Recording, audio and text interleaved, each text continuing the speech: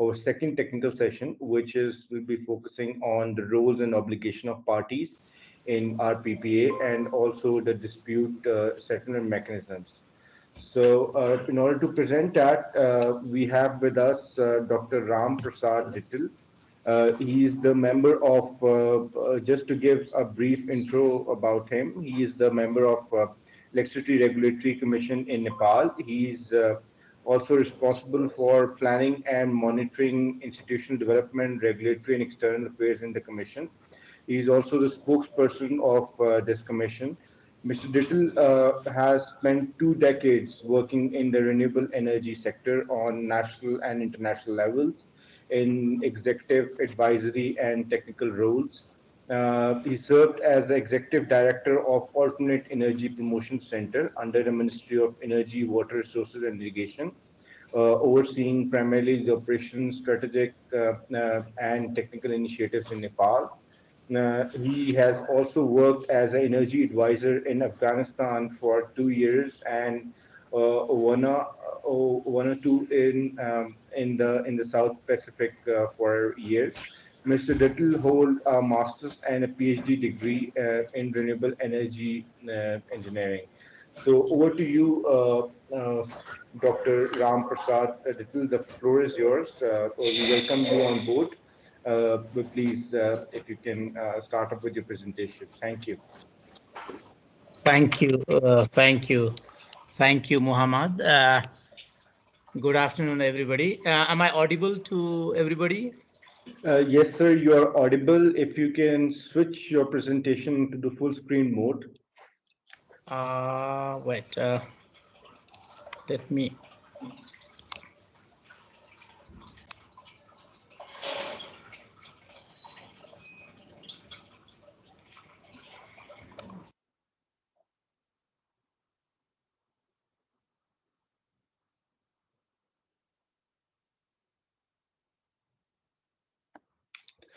So I think we have Dr. Dittal. Are you with us right now?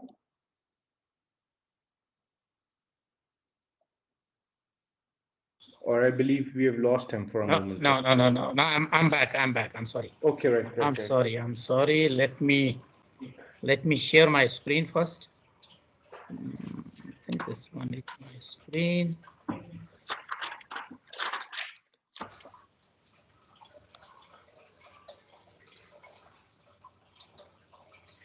Do you see my screen or no? Yes, we can see your screen. I mean, in this in the presentation mode, slide mode. Is it visible? Not yet, sir. Not yet. Something wrong. Let me. I don't know. Stop sharing. You can.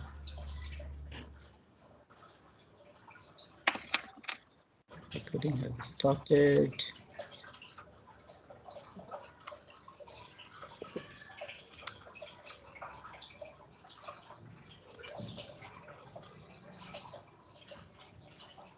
Presenting. Is my slides visible or no? Yes, Dr. Dittal, visible, yes, but it's not full screen. Now, can you press that? I press. Is it or no? No. Something wrong then. Wait, let me.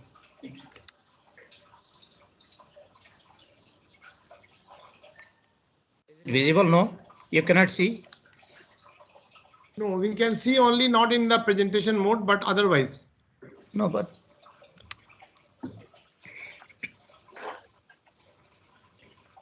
Why don't you open the slide first and then share the screen? Yes, that's fine. First class. Okay, now that's fine, sir. That's fine. Oh, wait. Huh? Now I fine. think there are two screens you are opening and one screen is not responding. Yes. Wait, sir. Is this seen? No. Is slide moving? Nothing is there. No, not right now. Nothing is there. What happened then?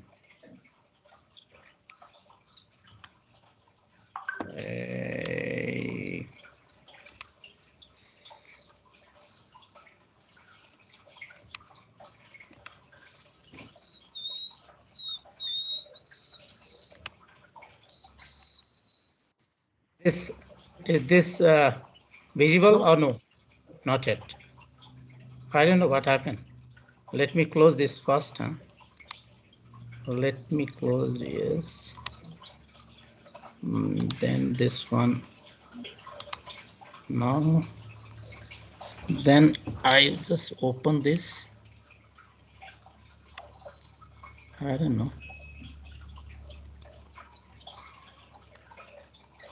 Sir, Professor Arun Kumar sir, can we have, can we ask the admin that he can share screen and let Dr. Little to guide? Speak.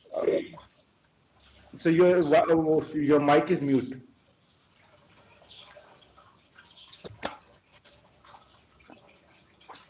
Arun Kumar sir, your mic is mute, sir. Oh, now it's okay. Professor Priya. Hello, yes, sir. Do you have the slide right now with you? No, sir, I don't have PPT. Can I just send you then? No, yeah, I'll send you. I have with me. I'll send it. Okay. I don't know why is not coming. I don't know. No, sometimes does it happen, and many times it happens only the last time. I mean, with the last these are normally. Ji, please, yes. Ram, sir, can you please open the slideshow option? Maybe that can work. I have opened this. Is it? Above it is showing slideshow. Slides. What give control, no?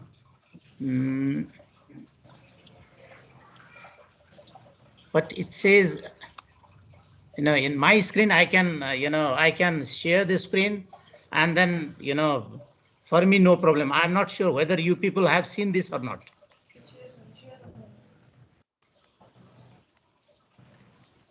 Otherwise, if I stop processing.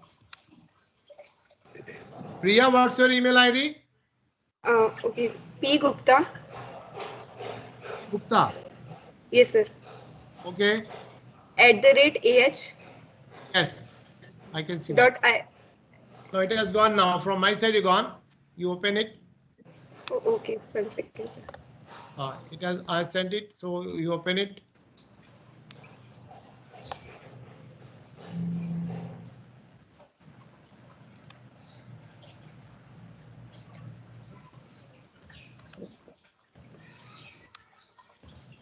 So sometimes, I mean, when it's going online, we do face such issues, but I hope that that's not a problem. And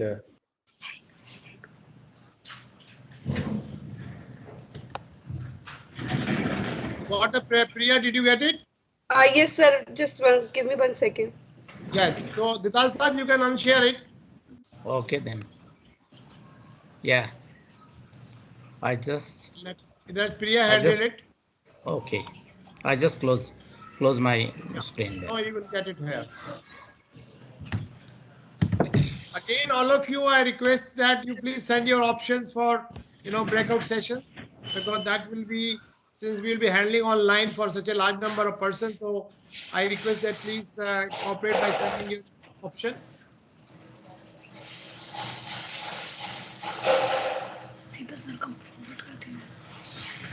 That doesn't come.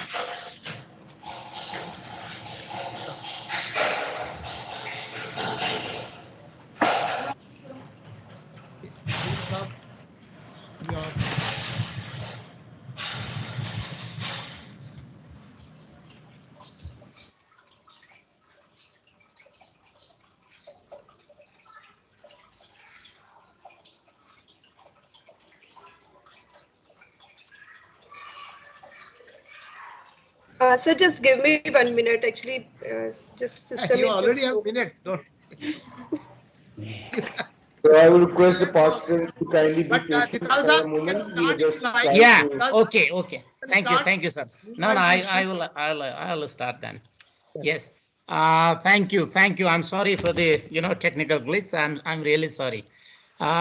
So let me first thank the organizer, especially Professor Arun and Sark Energy Center, the IIT Roorkee, for asking me to speak on power purchase agreements on this, online session on, roles and responsibility of the parties involved in power purchase agreements of renewable energy projects and dispute resolution mechanism. As as has been already, mentioned, I'm Ram Prasad Ital. I'm with the Electricity Regulatory Commission. What I'm going to do today, basically, I've divided my talk into, four part. One, I'll very briefly, share with you the electricity, overview in Nepal. This also includes the institutional mechanism and the current status of the projects and the government's future plan.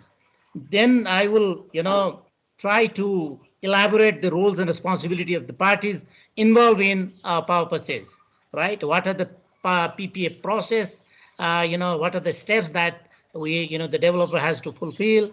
And in the second part, what I'm going to do is, share you the, how do we decide the generation tariff and what are the provision in the power purchase agreement. This has been mentioned yesterday.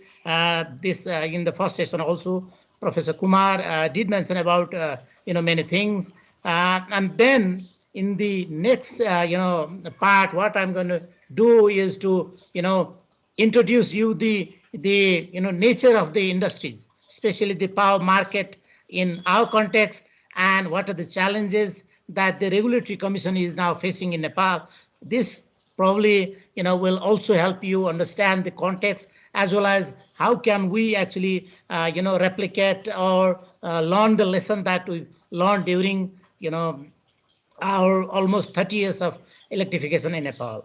And then in the finals, finally, what I'm going to do is to share you the mechanism, before the regulatory existence of regulatory commission and after the, the regulatory commission has started functioning in Nepal. So how do we, resolve dispute between parties and among the parties? And I'll conclude by, highlighting, few our action point for futures.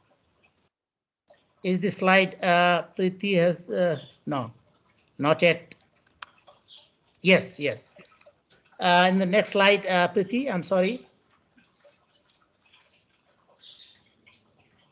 Can you? Hello? Yes. Yes, I think I have covered this one. The next one. Yes, this slide is to show you the overview of power sector in Nepal.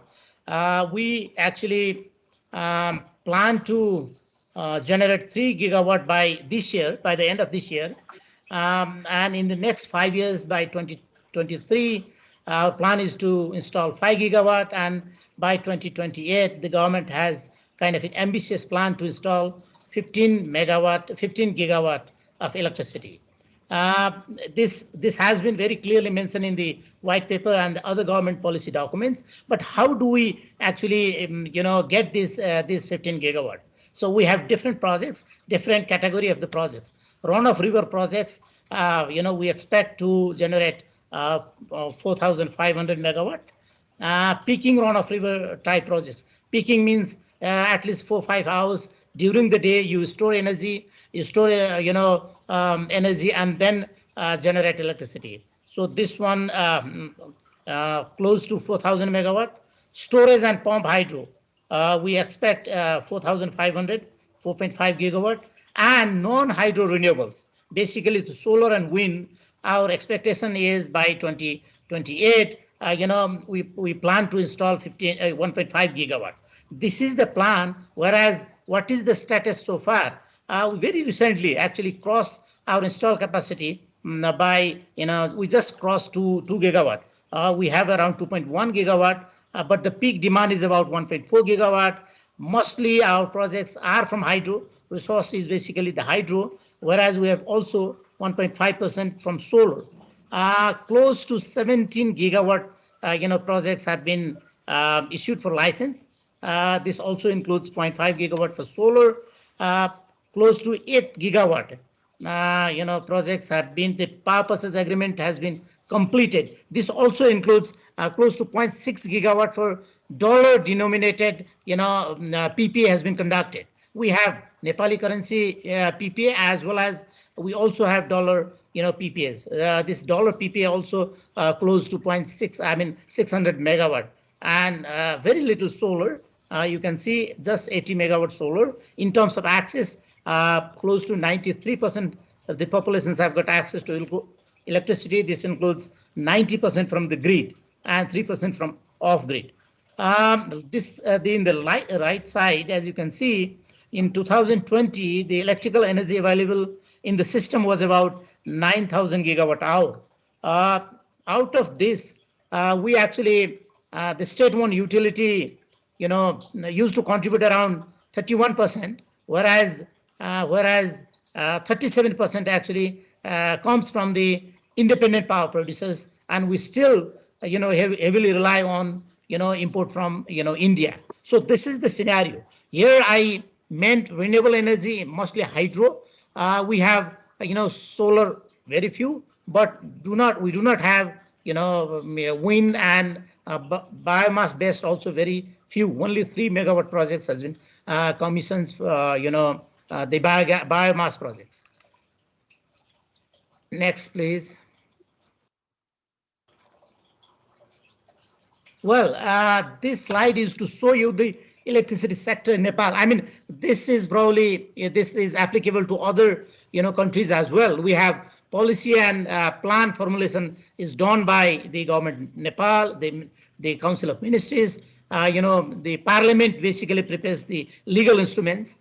They approve the legal, document, the act, and the guiding document is approved by the Parliament, whereas the policy is approved by the Council of Ministers. And we have other, apex institutions, especially for planning, is National Planning Commissions and Water Energy Commission Secretariat. These are National Planning Commission for the broader overall plan, whereas Water and Energy Commission Secretariat is basically for water-related issues. And the ministry is executing the plan and policy. In the right side, in the right-hand side, the implementation is done by ministry. 3 ministry basically. One is water, energy, water resource and irrigations. The Ministry of Forestry and Environment, Ministry of Lands also, and the licensing authority is basically the Department of Electricity under Ministry of Energy and Water Resources. The Electricity Regulatory Commission has been in operations for a little more than 2 years. So where I represent there, I work there. The idea is to regulate the generation, transmission, distribution, and trade of electricity in all fronts. For the promotion and development, we have again the Water and Energy Commission Secretary. This commission is not only for plan and preparations, but also promotional activities also falls under the WEX, the Investment Board of Nepal, basically to facilitate big finance. The provincial and local government for small and medium projects. The state-owned utility, the Nepal Electricity Authority, is responsible for generations, transmission, distribution, and the trade. Alternative Energy Promotion Center, basically for off-grid, mini-grid projects. The independent power producers are the one to actually identify the projects, implement the projects, and they sell power to the off-taker. In the right-hand side, the means is basically to we have the independent power producers and the state-owned utility to reach out to the village and to install, implement the projects. Next. In the power purchase agreement, again, I have tried to actually, divide into 4 parts. One is, of course, when you want to do a project, you need to sign the PPA with the off-taker. This is again based on the broader overall guiding framework policy from the government. So the government, basically, again, the Council of Ministers, they make the decision. For example, as I was mentioning in my first slide, the government plans to, install or implement 15 gigawatt projects by 2028, and there are different options. in the storage projects, the peaking runoff river type projects, the ROR projects, and non-hydro renewable projects. So what are the percentage? So that kind of guidance is actually given by the government. Here, all those government machineries are mentioned in the right hand side. In the left hand side, whereas in the right hand side, the regulation is basically for the technical side, the economic side, the consumer side, and the institutional governance side, including the dispute resolutions. Regulator is responsible. Whereas off-taker, we have the vertically integrated utility.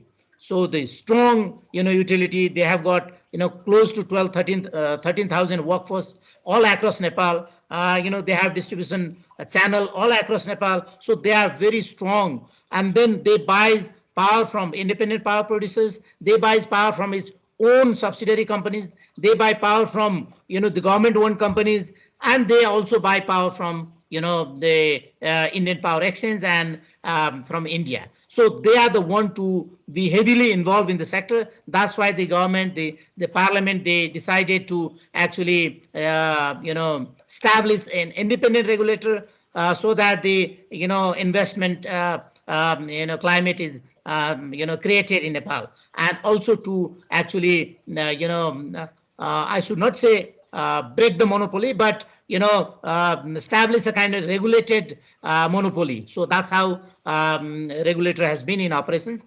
The transmission utilities also NEA. The government very recently established another company called Rashtriya Grid Prasaran Company. They are for for the projects above than 400 kilovolt transmission line. Project development is done by IPPs. This also includes the government subsidiary, the NEA subsidiary, and there are other few community-based organizations also. They are they are for micro hydro projects, the mini grid projects in rural areas. Next. This slide is to share you the roles and responsibility of the parties. As I was mentioning, the state-owned utility, the off-taker buys power. They sign PPA with the IPPs. They are the one to actually administer the power purchase agreement. So they have the standardized power purchase agreement template for different categories. I'll come a little later.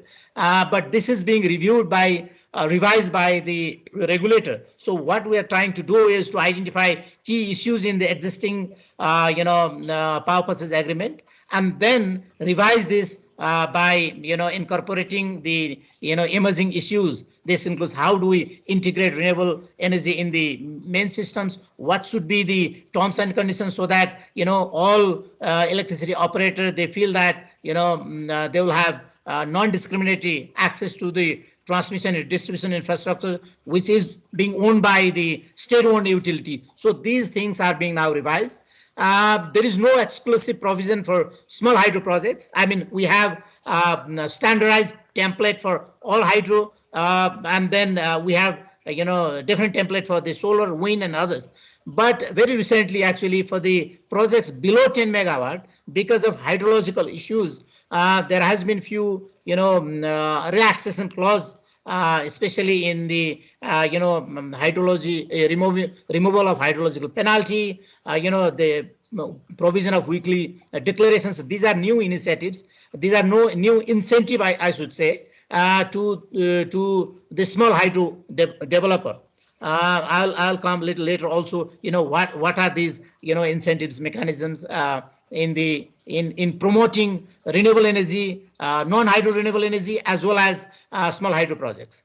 So there are 7 standard template for power purchase agreements. PPA for bagasse projects, PPA for foreign currency denominated projects. This is basically for the FTI related projects.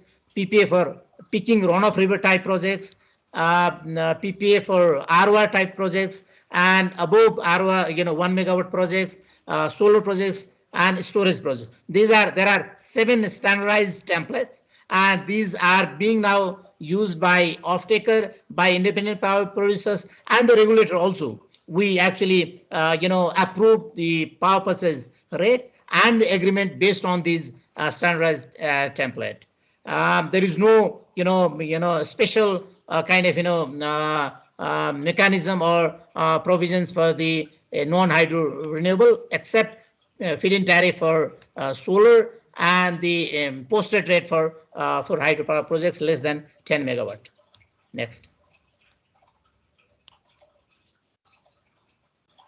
In case of cross-border trading, we have these were the domestic PPAs, whereas we also have mechanism with India for through the cross-border means. Basically, as I was mentioning, we import almost 31% energy from India, even though we are now seasonal surplus. We produce more energy during rainy season, but still because of our nature of the projects, ROR projects, during the dry season, these projects generate only 1/3 of the installed capacity. That's why we need to import from India. And then the different mechanism. One is through bilateral, Power Exchange Commission committee mechanism. This is basically between the government negotiation between two government, and another one is through power trading facilities. Through NTPC, Bidut Vyapar Nigam. This is we are the first one to enter into Indian Power Exchange. Very recently, we've started exchanging power through the competitive trading platform where we buy power from Indian Power Exchange, and we also started selling our surplus electricity through that trading platform. But for the bilateral agreement, under the bilateral mode, we have three mechanisms, three means. Basically, a long-term, for 25 years. This is through Dhalkepur Muzaffarpur line. This is basically the big, our lifeline, I should say. The cross-border line. The short-term through. This is basically for less than 1 year, and for medium term, again through this Dhalkepur Muzaffarpur for more than 2 years. These are the means, basically the bilateral agreement, and then we've this has been for many years. Recently, as I was mentioning before, we have signed an agreement with the NTPC Bidut Vyapar Nigam to trade power through Indian Power Exchange. So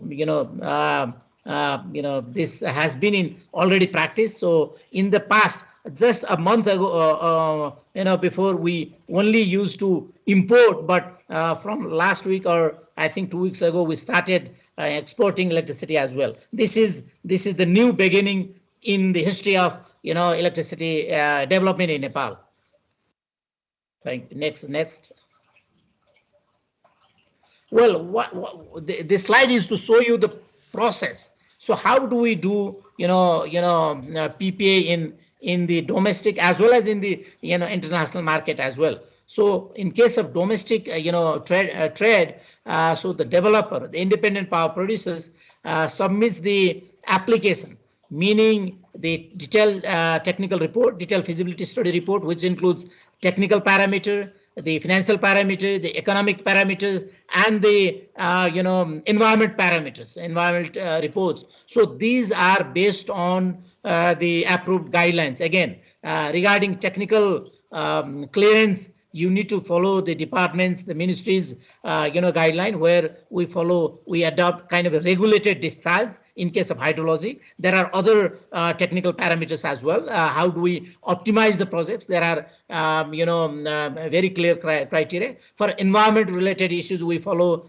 the regulations adopted or approved by the Ministry of Forest and Environment, and then. The complete document is submitted to NEA Power Trade Department.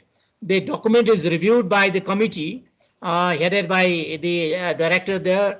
This committee is also, includes the experts from outside also.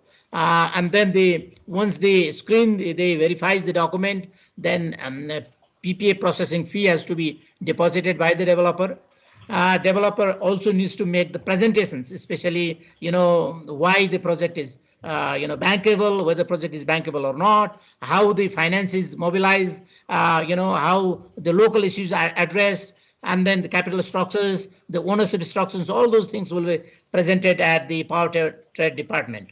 The technical review is done by the committee, technical review committee. And one of the key issues here is to finalize the energy table. This is for all kind of projects. So the annual energy table has to be developed, and then this has to be agreed by both the project developer as well as the off-taker. And then when you finalize the annual energy table, then you also need to do a kind of grid connection agreement, or for the projects above than 1 megawatt, the project, the off-taker has to do the grid impact study.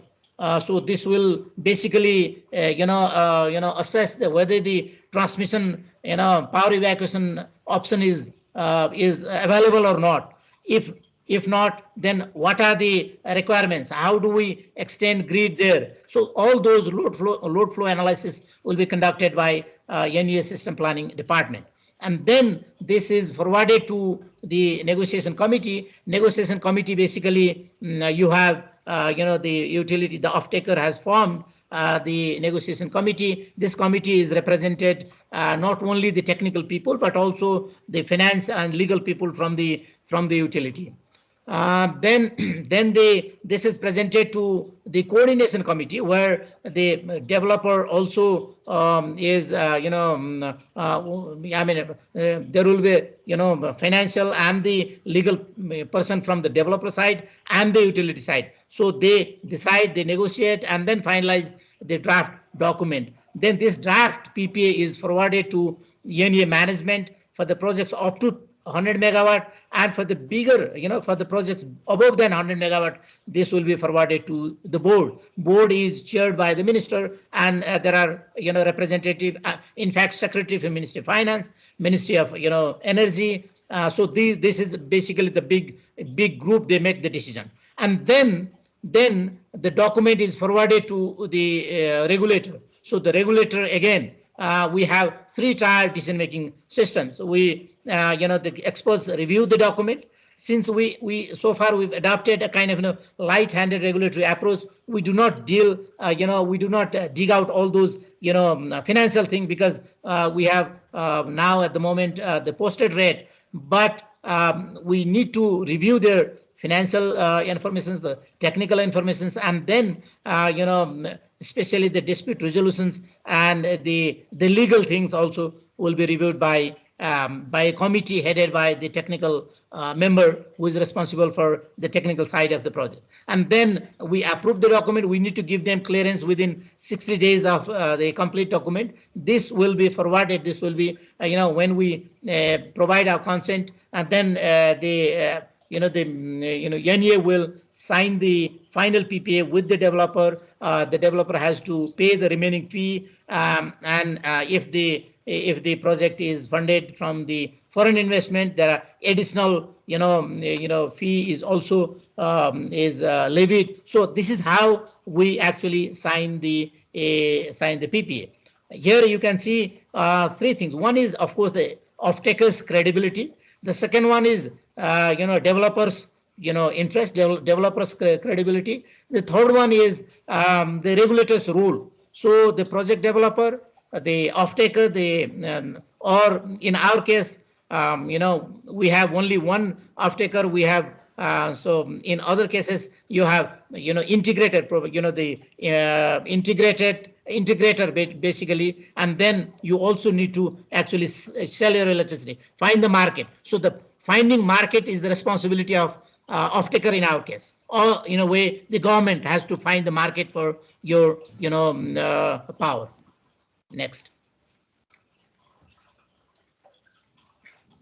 So what are the documents that we need to actually submit while while submitting the applications? So one is the key requirement is the valid license. All these activities are in a way licensed activities, be it generation activities, the transmission, the distribution, all these activities are licensed. And in our case, we have not yet started following the competitive market. If you are in competitive, generation business, then probably you not need, generation license. But in our case, we have kind of first come first service, the posted rate. We have only one off-taker, single buyer. That's why all those license, is needed. The company registrations, all these, what you call it, association of the article of association, memorandum of article of memorandum, financial, guarantee. In a way, the bank has to provide a letter of intent, the detailed feasibility study report. This includes, as I was mentioning, both the technical side, technical parameter, as well as the environment related issues needs to be submitted. And in addition to these documents, we also require especially the tax clearance, the audit report, and then the details of the project developer, to assess whether the project is a project is developed by the genuine project developer. You sign the PPA and then you actually go here and there to sell your projects. Are those project developers, those kind of people? So how do we assess? And then of course the grid connection agreement is also a very important document to be reviewed. Otherwise, we have been facing problem. You generate power, but the transmission network is not there. So this has been one of the key issues in finalizing in the PPA. Next, please. I mean, this is just to show you the fee, service fee, basically, both for the off-taker as well as the regulator. I mean, I don't need to mention these things, but here, up to 1 megawatt, there is a lump sum fee. From 1 to 5, again lump sum. But in case of regulator, per megawatt 10,000. 10,000 is $1 is equivalent to 120 Nepalese rupees. So these are the figures that I think you'll have see these things. So I don't want to mention these things here. Next. Well, I mean, the tariff.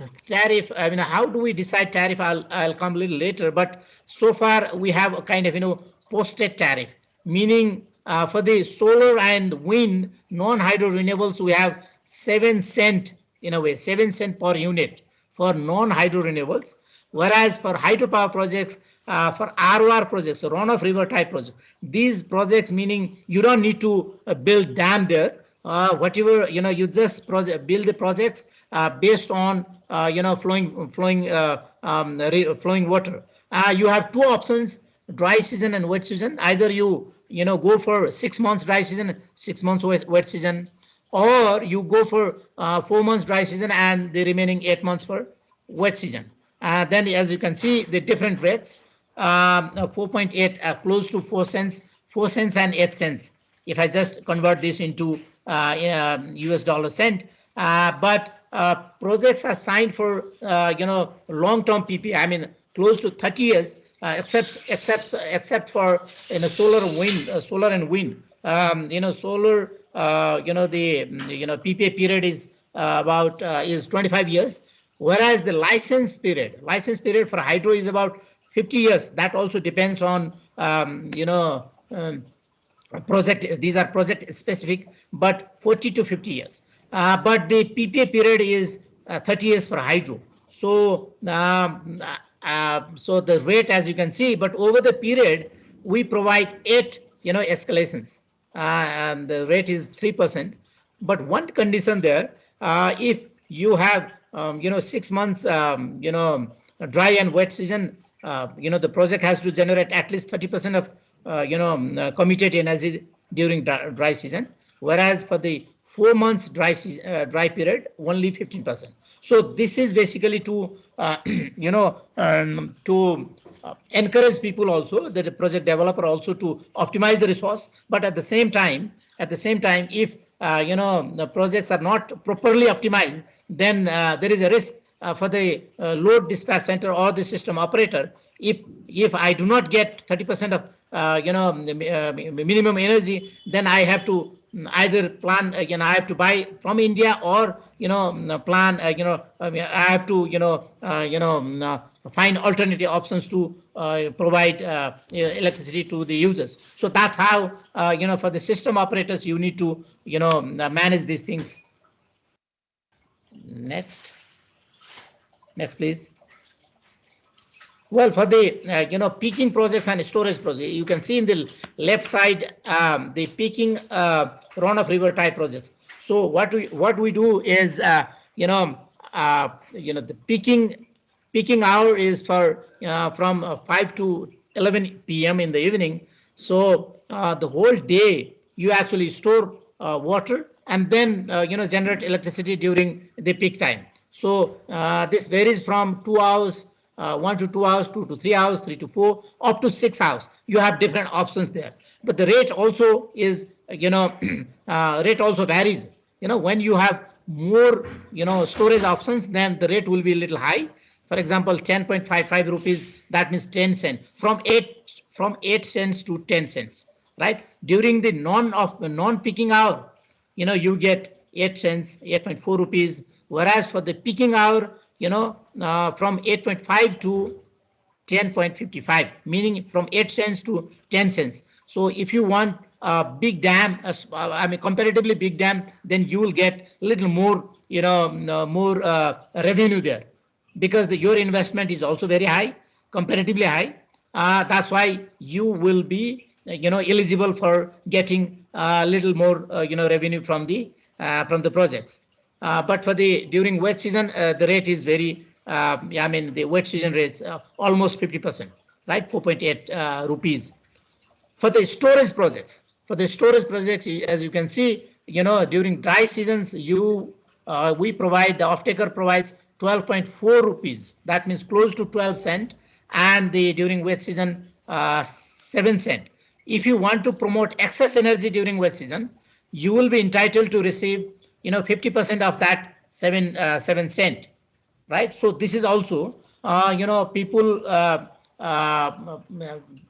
developer are very clever. They install, or their projects are oversized, and then they actually try to get 50% of the excess energy during wet season. So this is also, in a way to encourage the project developer. But the minimum energy during dry season has to be 30% of the total, contract energy. So this, as you can see, for the storage projects, our focus is to promote, encourage people to, install storage projects. So these are the rate for, storage and peaking our projects. Next, please.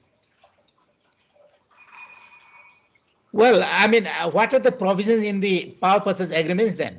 So, for the testing and investigations, so all these equipments, in the inside, for the, inside powerhouse, they need to be tested at the factory.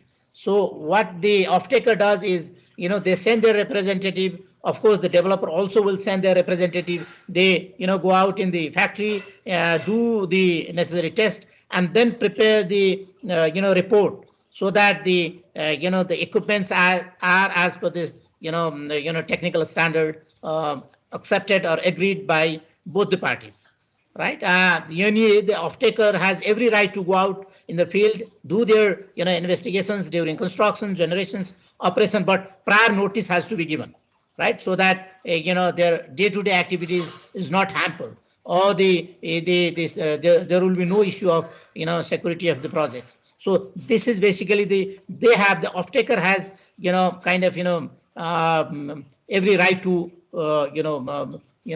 make the visits and the, check the ongoing of the projects. Next, please. Well, as I mentioned before also, the whole, coordination mechanism has been made in such a way that there is a representative from the project developer as well as the off-taker. So the two, the project developer or the, project owner has to nominate two representatives from their side.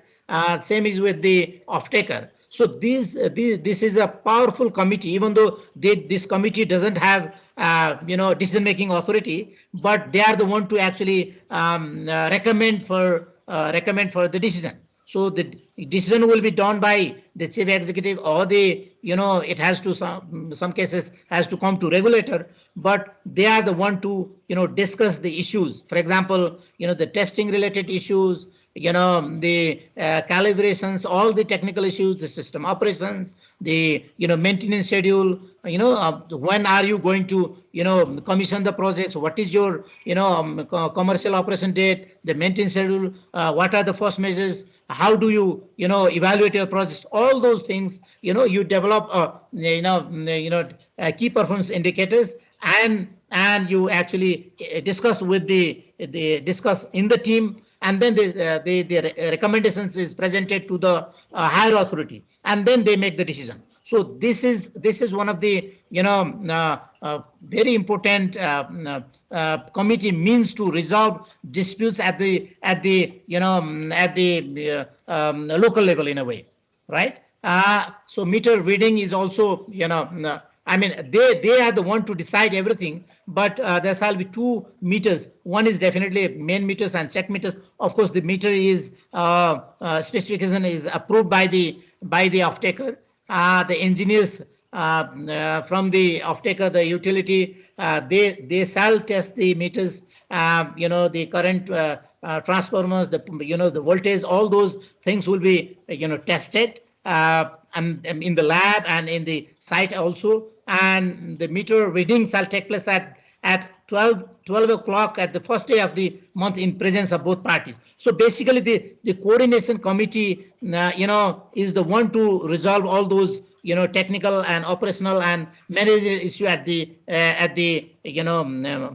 project level in a way. Next. So the off-taker has to pay the bill within 45 days of the submission of the bill. This is one of the, what you call it, mandatory provision mentioned in the PPA.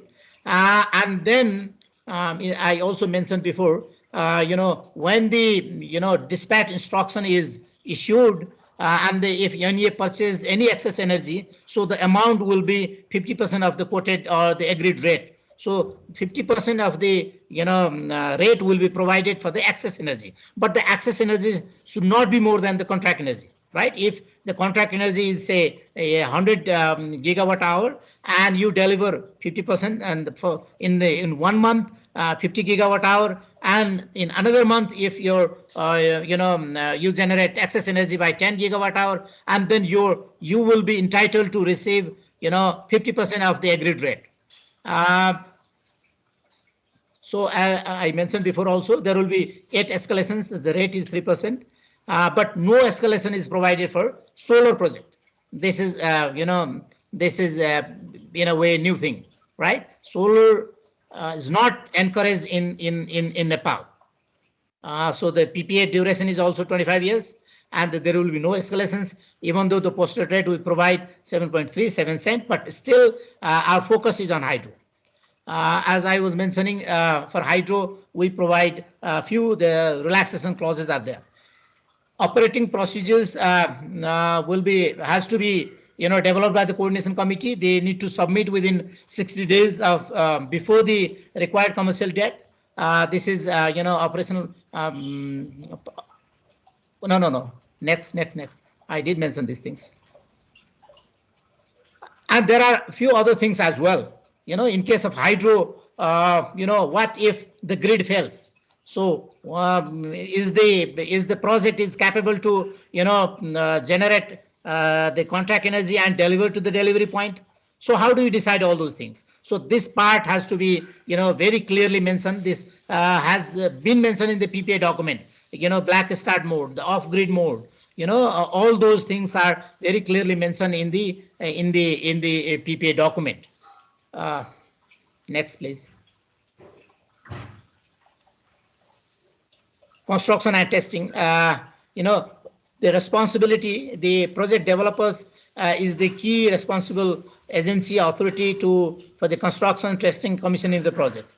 And because of this issue, I mean, the testing and commissioning commissioning work of the project should be conducted in such a way that this should not hamper the UNEA generations, right? If something goes wrong in UNEA side, in the utility side, it is the responsibility of the project developer. So that part also is very clearly reflected in the power purchase agreement.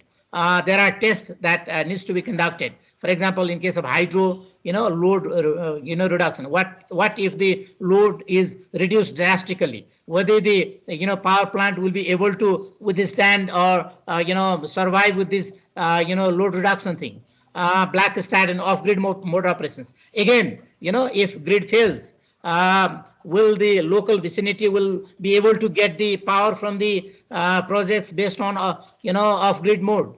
So all those things will be tested, and then again this not only for hydro but also for solar, load rejection test, anti-islanding test. During the daytime you generate project, but if the grid fails, so how do we deal with all those safety and security related issues?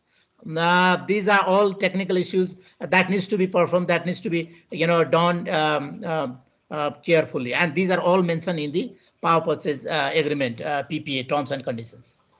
Next, please. Well, if the party doesn't follow the rules, for example, if the project fails to commission before the required commercial date, because of UNEA's action or because of the IPP's actions. So in both cases, if the compliance, compliance or the deadline is not met, then you are entitled to pay penalty. We have mentioned very clearly 5% of the contract amount. Amount of the energy based on the required commercial date of operation, or the duration between your operation and the date that you actually promise to deliver. So that penalty based on the agreed rate, PPA rate, you need to pay. So that part from both sides, the government also has to pay to the project developer. This is little strange since we have a state-owned utility, but they are also entitled to pay the penalty to the project developer. There are other provisions. The progress report, all those there. The governance mechanism also needs to be submitted to both the utility as well as the regulator. Next, please.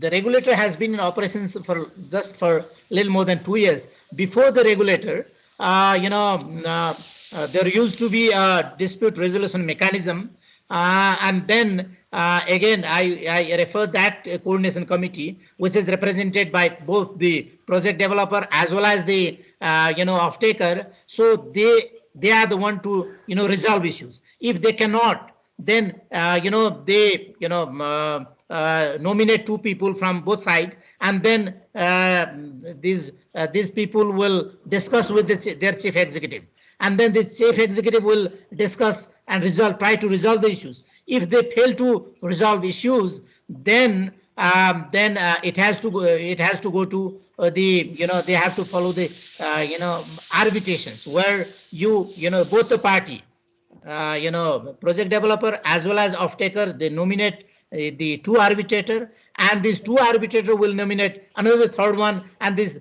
committee represented by both the project developer as well as off-taker and the independent one. So this 3-member committee will actually resolve the issues, disputes, and the cost. Both project developer as well as off-taker has to bear the cost, and if they the committee doesn't resolve the issues, then it has to go to court. So this was the provision before the regulatory commission commission's existence. I will come a little later, but when we started our operations, what we actually adopted is of course the coordination committee's role is actually valued, we value their role, and then they submit us the document, and then we have our own dispute resolution mechanism framework where we need to actually resolve within 90 days of the applications. Then we actually ask, invite them, we conduct e-hearing, and then they need to submit their case. We also actually involve experts, and then finalize or resolve the issues. But the fee for dispute resolution is also very high, so they do not want to come to us in the beginning. We are also very new, and we've not been able to actually effectively provide our service. So that's why they try to resolve within the coordination committee at the coordination committee level. Next. I mean, why the regulatory role is important? This just to show you. You can see the different colors also. The government is up there making policy, but in all fronts, be it system operations, be it generations, the transmission, the distributions, the blue line. Right, blue line is, you can see the state-owned utility is heavily involved in every front. So that's why the private sectors, the chocolate color, as you can see, is the private sector, where their role is very minimum. That's why they need to be protected. Right, the private sectors need to be protected. As you can see, the distribution also, the utility, the state-owned utility. So we are trying to actually make the private sectors comfortable in investing in the projects, in not only in generation but also in distributions. Next. But the challenge for us is to how do we develop competitive market where you have strong monopoly in the center. As you can see, the NEA buys power from both sides, and then consumers have no choice except to accept service from NEA, right? So in this context, how do you establish the pricing mechanism where the investors are incentivized, and we are also to protect rights and interests of consumers? This is another challenge. The power producers, they do not have access to transmission and distribution infrastructure. So how do you ensure level playing field for all operators, so that they also feel that we are also part of the whole process? How do we ensure quality, reliability, and security of supply, since the service provider is only one, sitting in the center? If something goes wrong, there is no options except to request the NEA. So in these situations, how do we ensure? How do you monitor service quality and ensure that consumers get value for their money? I pay, say, 1,000 rupees. Whether my 1,000 rupees is right for the service that I get from the utility? So who is going to monitor all those things? That's why the role of regulator is very important. Next slide. Next, please.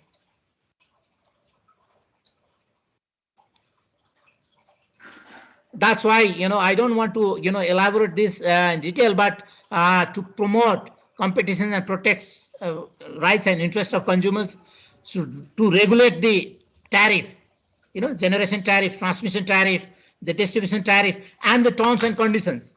For a user, I signed my my meter, I get this service from utility, but the utility sends me, these are the conditions that you need to fulfill. You need to pay within this time. You should not violate our rules. All those things should be regulated by regulator in the terms and conditions between off-taker and the power producers, between off-taker and the consumers, between the transmission utility and the power producers. Those things needs to be regulated, and also the technical side of the business. For example, if I do not get the required voltage, if if my appliances is burned, So how do I, who is the, authority to actually fix it? All those things needs to be. In addition to these things, but in our cases, our power producers are also, not very, what you call it, professional. All the project costs are inflated, and they try to, cheat bank, right? Without investing a single rupees, I'm the big boss, or I manage the project. So the lack of corporate governance in the power producer also needs to be regulated. And if dispute arises among and between parties, the regulator has to deal with. And as I mentioned in the beginning, since the new regulator, being a new regulator, we simply, build on the existing systems. We adopted the model of light-handed regulations. We are to actually discuss with the power producers, with the utility, with the government, and develop the regulatory instruments so that we should not create regulatory shock in the industries. Next. Next, please. So for the generation, how do you decide the generation tariff again? Then, as I was mentioning, we have kind of posted rate, but one of the issues in the new regime is we are thinking of adopting two-part tariff systems. So the capacity should be linked with the loan investment, and the energy should be linked with the equity and the operation maintenance and all those things. So this, if we devise a model where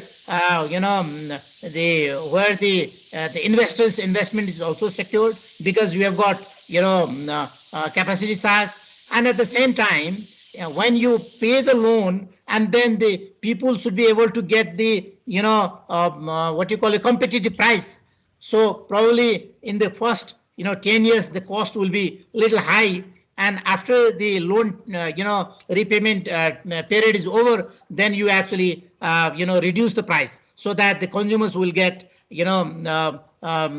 fair price. So that model will help attract the private sectors and also protect the rights and interests of the consumers. So this is the model that we're now thinking of. If the capacity, if the project developer meets the 100% target, then they will be paid 100%. Otherwise, the reduction will be made accordingly, and the energy charge will be paid also accordingly. So this in a way, this is basically the take and pay also. This is to reduce the market risk also.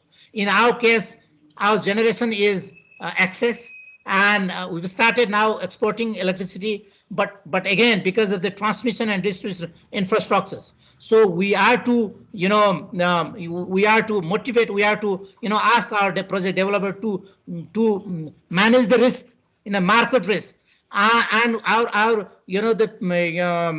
what you call it, project design is based on regulated discharge, right? Meaning Q40 or Q45 is our kind of philosophy, that projects should not be designed based on optimum discharge. If the projects are designed based on optimum size, probably the levelized cost will come down. So that part. And when you generate excess energy during rainy seasons, so how do you actually manage the market risk? So who is going to buy your electricity? So the tariff model, all those things also needs to be decided, and we are in the directions to actually devise or the cost reflective tariff, but the incentive should be given to those projects that generate those projects generate more energy. The less the cost is very low, competitive. So that model is our thinking in the long run. Next.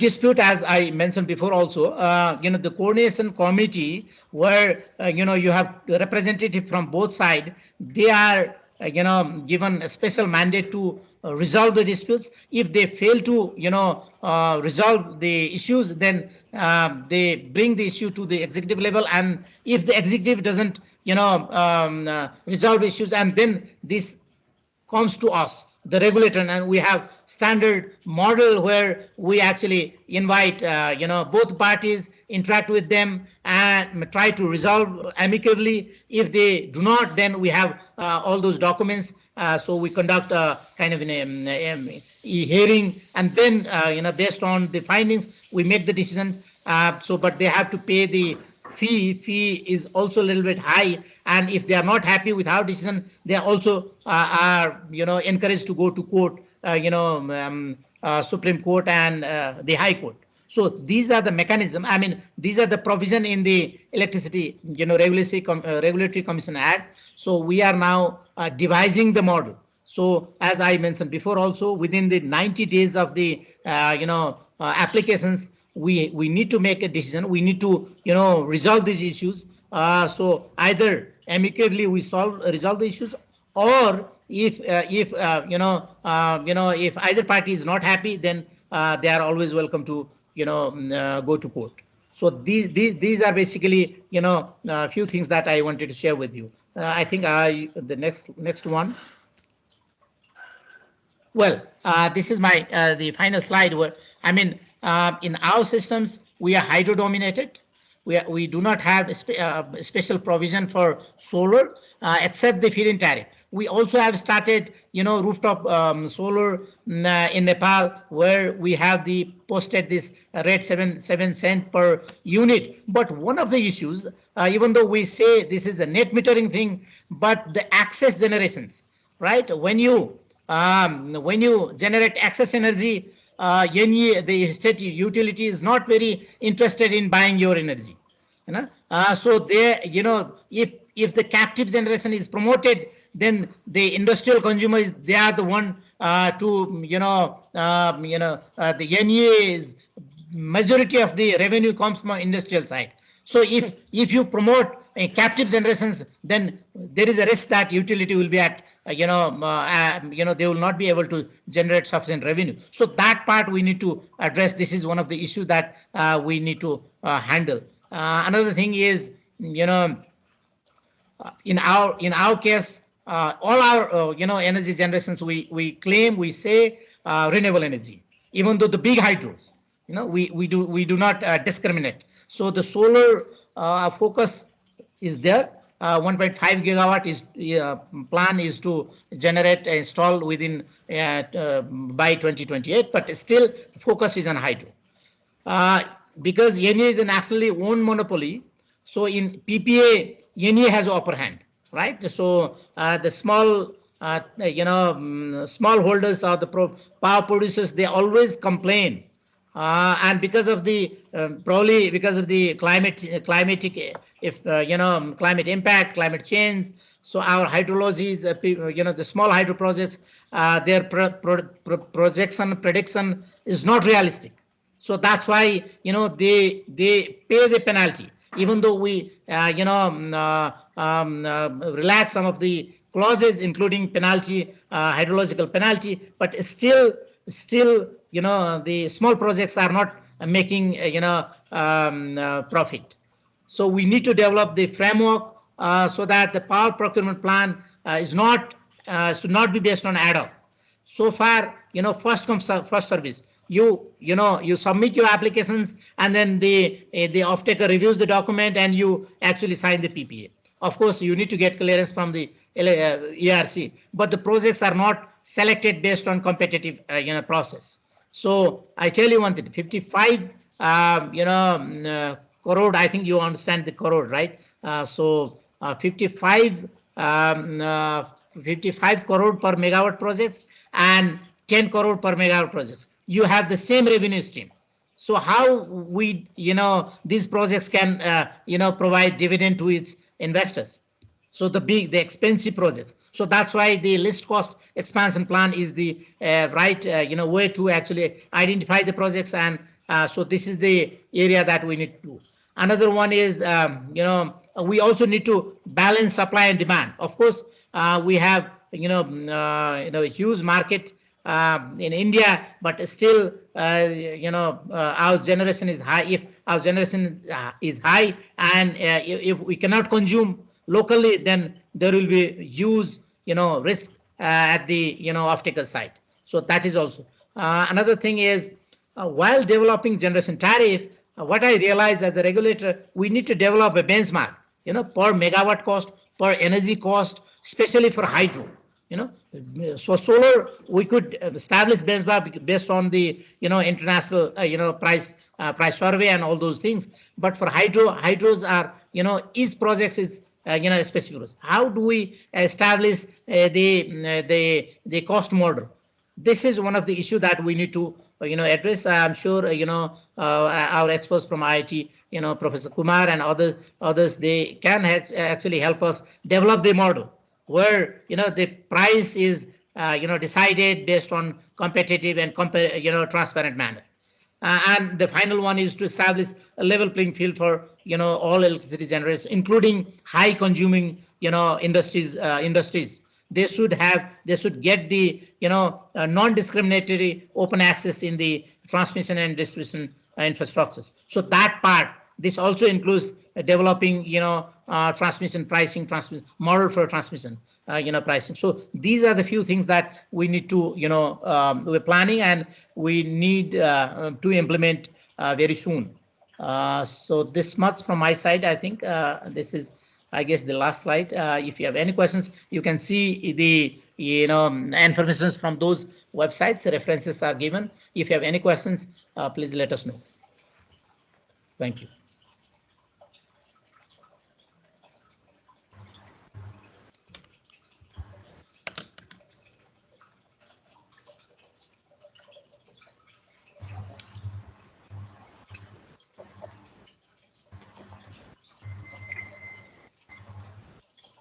Yes, sir. Can you hear me? Oh, yes. Yeah, so sir, I have one question. I mean, that is regarding like you had mentioned that, I mean, during some seasons where you have surplus electricity, you have also registered to this power exchange of India, right? And you are giving the power to the supplying it on the to the Indian Power Exchange, right? So at Yes. that point of time, I just want to know that, I mean, what is the nature of PPAs? I mean, for the cross-border electricity trade. I mean, is this the same, or is there any difference in the PPAs as far as cross-border electricity trade is concerned? Yeah, thank you. I mean, there are two types. In the cross border, we have 11, cross border point where we actually have been importing power from India based on bilateral agreement between two, ministries, especially. We have the joint steering committee at the secretary level and the joint, secretary level. So they actually negotiate. We are not the regulator, but the government negotiates the rate and the terms and conditions are, negotiated. This is one. And we also, the Dalkever Muzaffarpur, this is, as I mentioned before also, this is the lifeline for our, whole, cross-border systems. We provide, there is one is the booking price, right? Even if you do not exchange power, but you need to pay. So that provision is there, right? Every month, I think 1 billion is the amount that has to be. I don't know the exact figure, but the fixed amount is paid. Doesn't matter whether you buy or you sell energy, right? This is basically the booking charge. And then for the rate, we have actually, we sell electricity during the rainy season, but we need to buy from India during winter season. In the past, we used to name the coin the terminology called energy banking, right? Energy banking was our favorite word, but this has not been materialized yet. But because of this new platform that has been in operations very recently, since 2-3, I think very recently, actually November, no, November 3rd or November 1st. So what we did was we participated in the power exchange. Of course, for this, the approval from both the regulators from both sides. the Indian Central Electricity Regulatory Commissions, the Nepal Electricity Regulatory Commissions, from the government, Ministry of Power, and from the Ministry of Power from India. So we all, provided our concurrence, and then the NEA, the off-taker, they also through NBVN, PTC, Power Trading Company, India, they participate in the process. This process meaning, you actually quote your price, and in the exchange, if your quote is competitive, they call it market clearing price, MCV. If you are through with that price, then you win the bid, right? And then you start selling electricity from the next day, because every day you participate for the next day. And Yes. then this is in a way, I should say, this is a big milestone, big achievement in the electricity sector, not only in Nepal, I should say, in the South Asian region. So now we are the first one.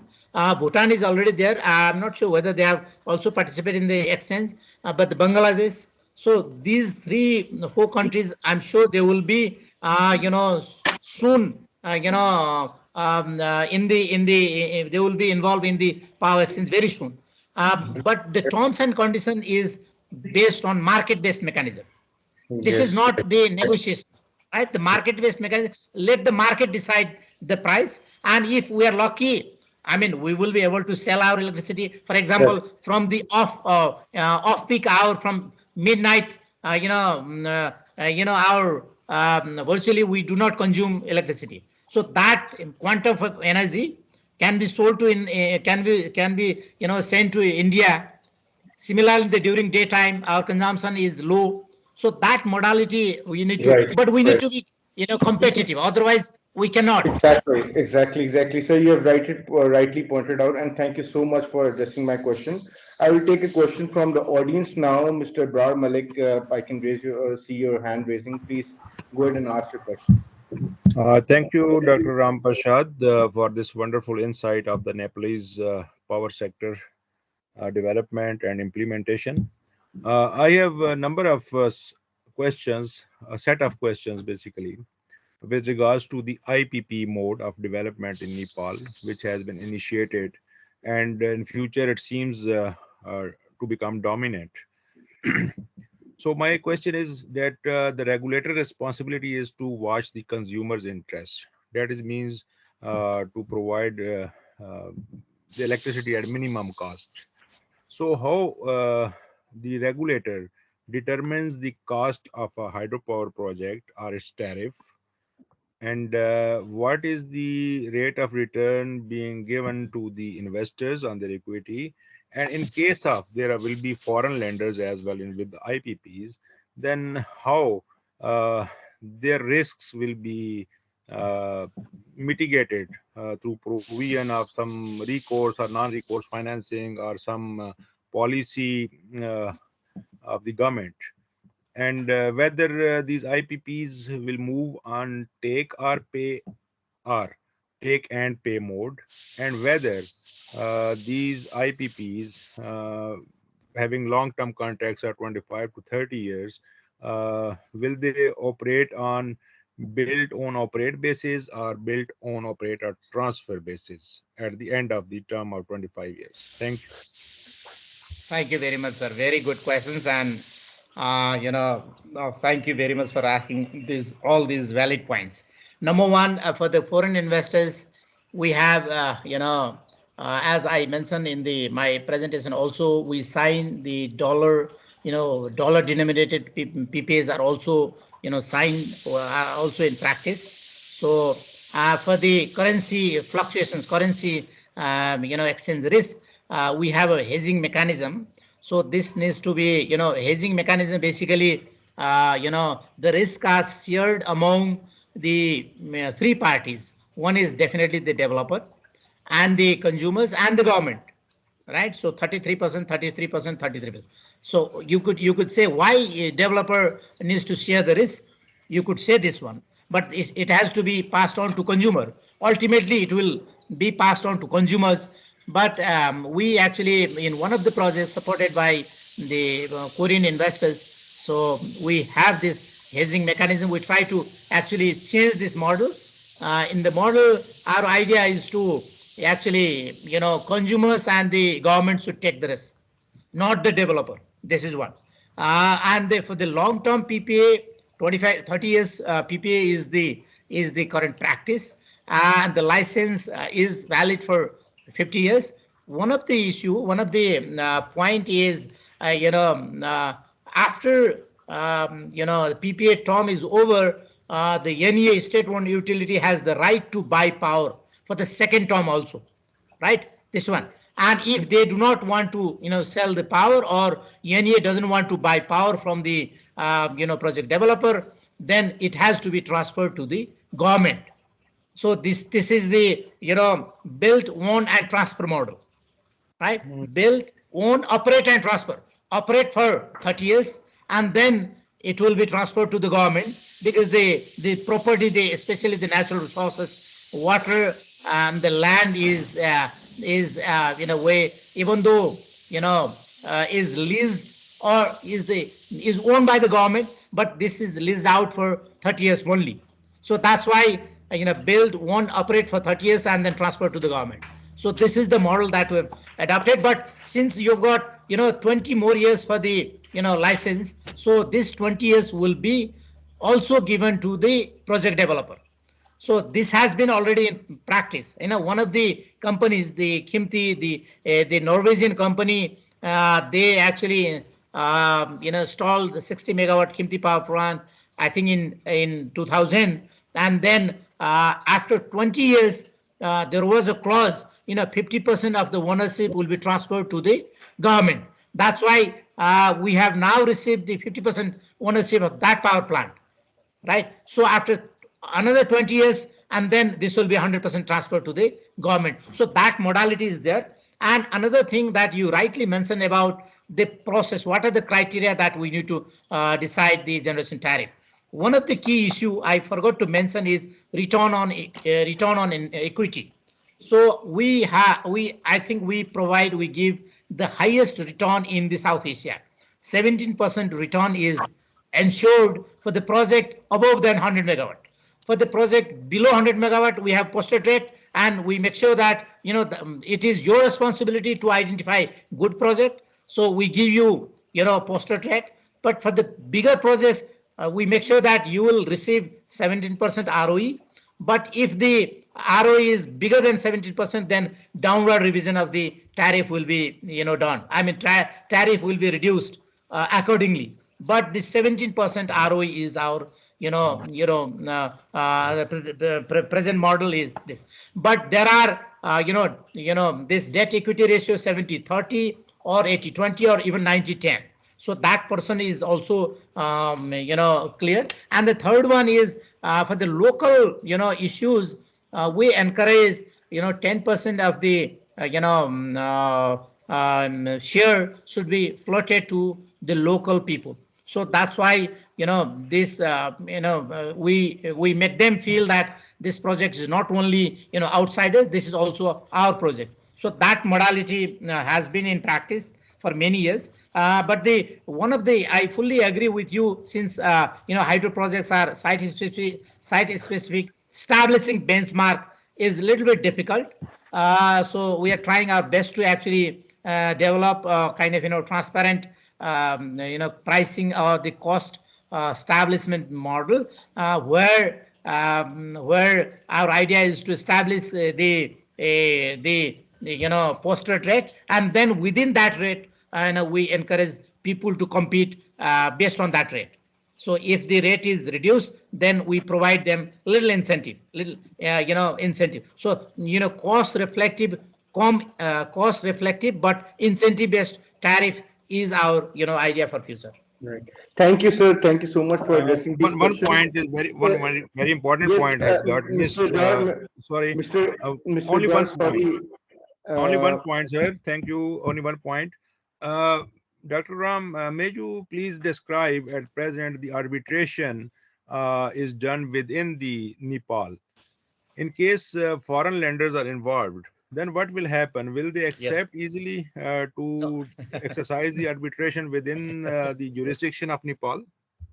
Thank you. Thank you. In the presentation, I think I have written there, but I forgot to mention. No, we say as a regulator, we make sure that this should be as per the internationally accepted practice. You know, if, for example, if I want to, do my own thing, so, I cannot convince, outsider. So that's why, we make sure that the dispute resolution mechanism will be established, will be, decided based on internationally accepted practice. We welcome the arbitrator from Singapore or from India, from Pakistan, anywhere, from anywhere in the world. Right. Thank you so much. I hope that this will suffice, right?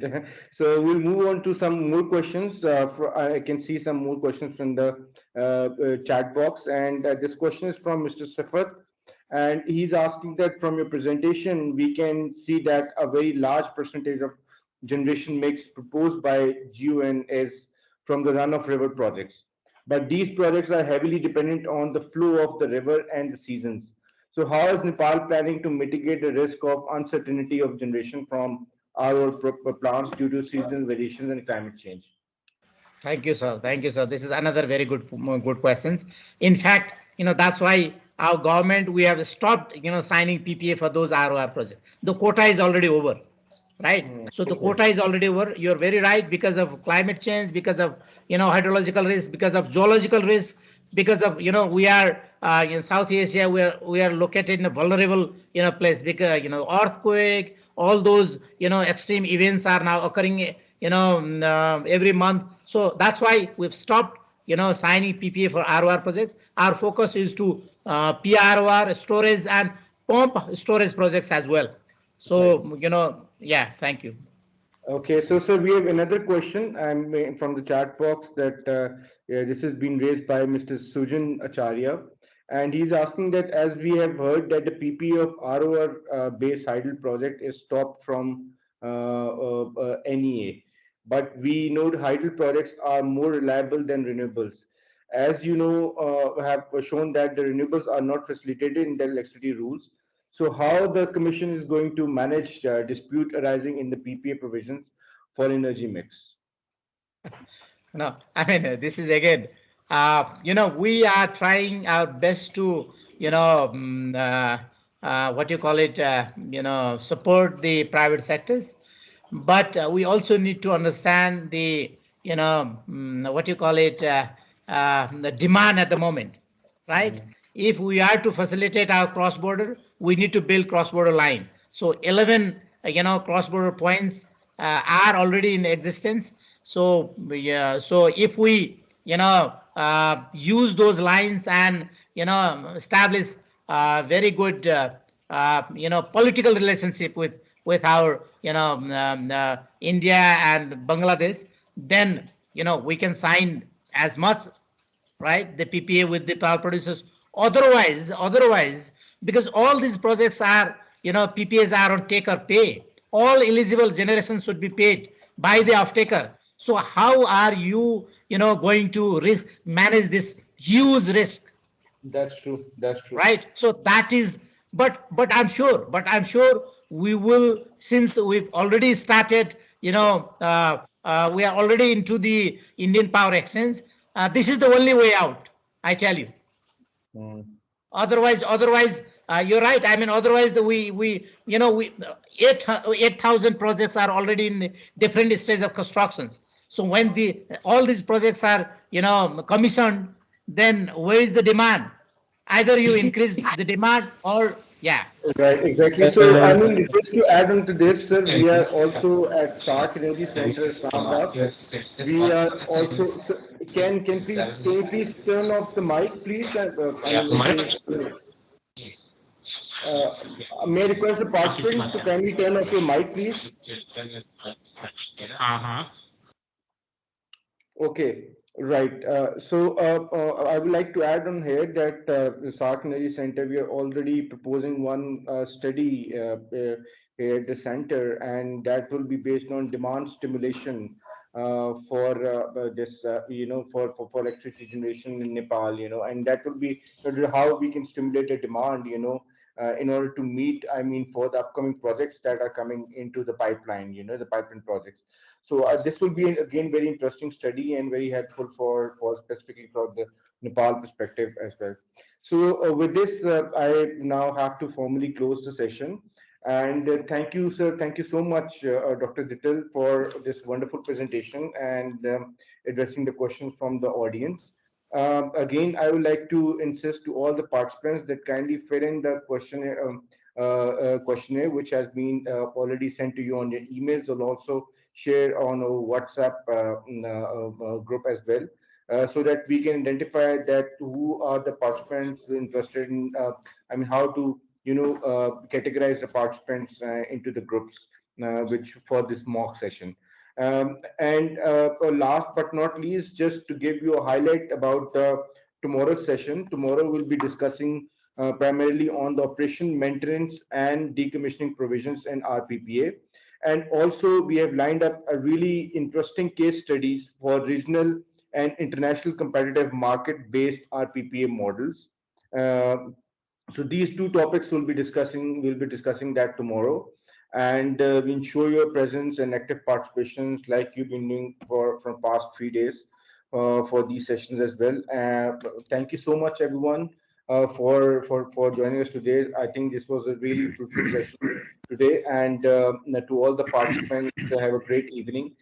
Thank you so much, Dr. Dittal, once again for this valuable insights. Ali, Thank you very much for having me.